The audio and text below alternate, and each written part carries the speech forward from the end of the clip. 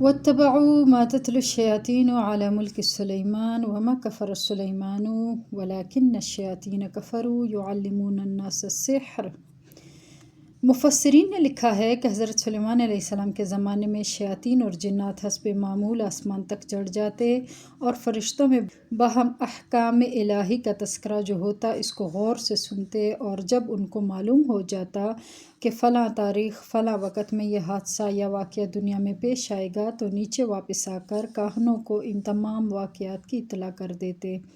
یہ کاہن اس میں کچھ اور جھوٹ اپنی طرف سے ملا کر لوگوں سے بیان کرتے اور لوگ ان باتوں کو اپنی کتابوں میں لکھ لیتے۔ رفتہ رفتہ بنی اسرائیل میں اس بات نے اعتقادی شکل اختیار کر لی کہ جنات و شیاطین غیب دان ہوتے ہیں۔ حضرت سلیمان علیہ السلام کو جب اس بات کی اطلاع ہوئی تو آپ نے اس قسم کی کتابوں کو جمع کرا کے ایک صندوق میں رکھ کے اپنے تخت کے نیچے دفن کرا دیا، اور لوگوں میں اس قسم کی کفر آمیز باتیں کہنے کی ممانعت کرا دی۔ حضرت سلیمان علیہ السلام کی وفات کے بعد جنات اور شیاطین نے جاہلوں کو ورغلایا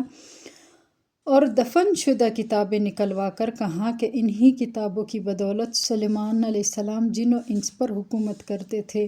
در حقیقت وہ نبی نہ تھے بلکہ جادوگر تھے، اور جادو سے ہی انہوں نے سب کو مسخر کر رکھا تھا۔ بنی اسرائیل نے ان کتابوں کا مطالعہ کر کے کفریات کی پیروی کی اور برابر حضرت سلیمان علیہ السلام کو جادوگر جانتے رہے۔ جب حضور صلی اللہ علیہ وسلم مبعوث ہوئے، ان حضرت صلی اللہ علیہ وسلم نے حضرت سلیمان علیہ السلام کا نبی ہونا بیان فرمایا تو یہود مدینہ کہنے لگے کہ آپ سلیمان علیہ السلام کو بھی انبیاء کی فہرست میں شمار کرتے ہیں، حالانکہ وہ تو جادوگر تھے، نبی نہ تھے۔ یہود کے اس خیال کی تردید میں اللہ تعالیٰ نے ان آیات میں ارشاد فرمایا کہ بنی اسرائیل نے اس سحر و کفر کی پیروی کی جو حضرت سلیمان علیہ السلام کے عہد حکومت میں شیاطین جن و انس پڑھا کرتے تھے۔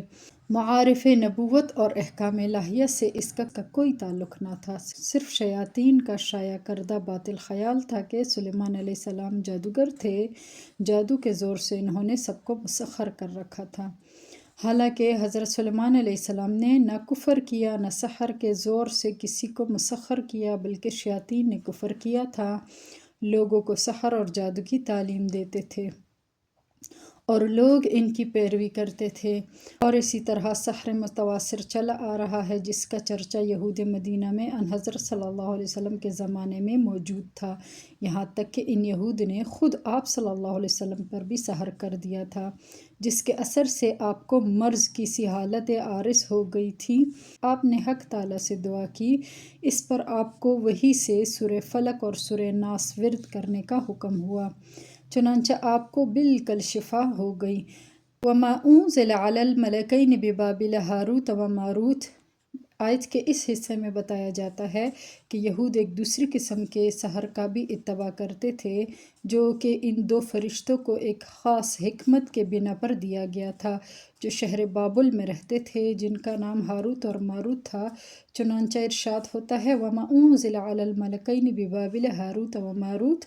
وَمَا يُعَلِّمَانِ مِنْ أَحَدٍ حَتَّى يَقُولَا إِنَّمَا نَحْنُ فِتْنَةٌ فَلَا تَكْفُرْ فَيَتَعَلَّمُونَ مِنْهُمَا مَا يُفَرِّقُونَ بِهِ بَيْنَ الْمَرْءِ وَزَوْجِهِ وَمَا هُمْ بِضَارِّينَ بِهِ مِنْ أَحَدٍ إِلَّا بِإِذْنِ اللَّهِ۔ اور یہ یہود اس سحر کا بھی اتباع کرتے تھے جو کہ ان دو فرشتوں پر ایک خاص حکمت کے واسطے نازل کیا گیا، جو شہر بابل میں رہتے تھے، جن کا نام ہاروت اور ماروت تھا۔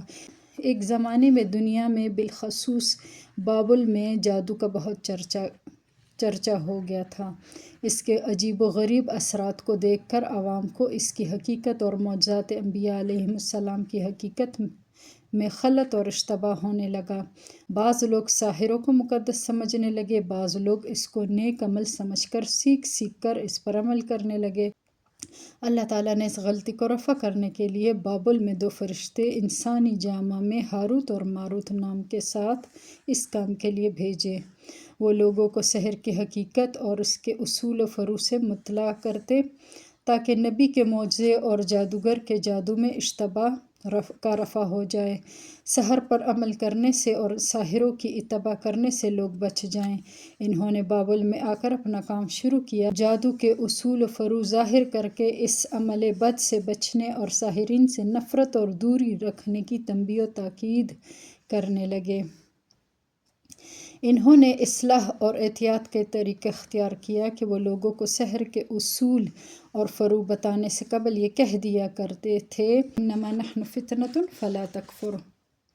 یعنی جادو کے اصول و فروع بتانے سے قبل یہ کہہ دیا کرتے تھے کہ دیکھو ہمارے یہ بتانے کے ذریعے سے اللہ کو اپنے بندوں کی آزمائش بھی مقصود ہے کہ دیکھیں کہ ان چیزوں پر مطلع ہو کر کون شخص اپنے دین کی حفاظت اور اصلاح کرتا ہے، شر سے آگاہ ہو کر اس سے بچتا ہے، اور کون اپنا دین خراب کرتا ہے۔ ایسا نہ ہو کہ ہم سے یہ کہہ کر سیکھ لو کہ میں بچنے کے لیے پوچھ رہا ہوں، پھر اس خرابی میں خود ہی مبتلا ہو جاؤ اور ایمان کو برباد کر لو۔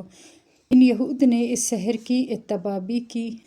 ان فرشتوں کی تنبیہ کے باوجود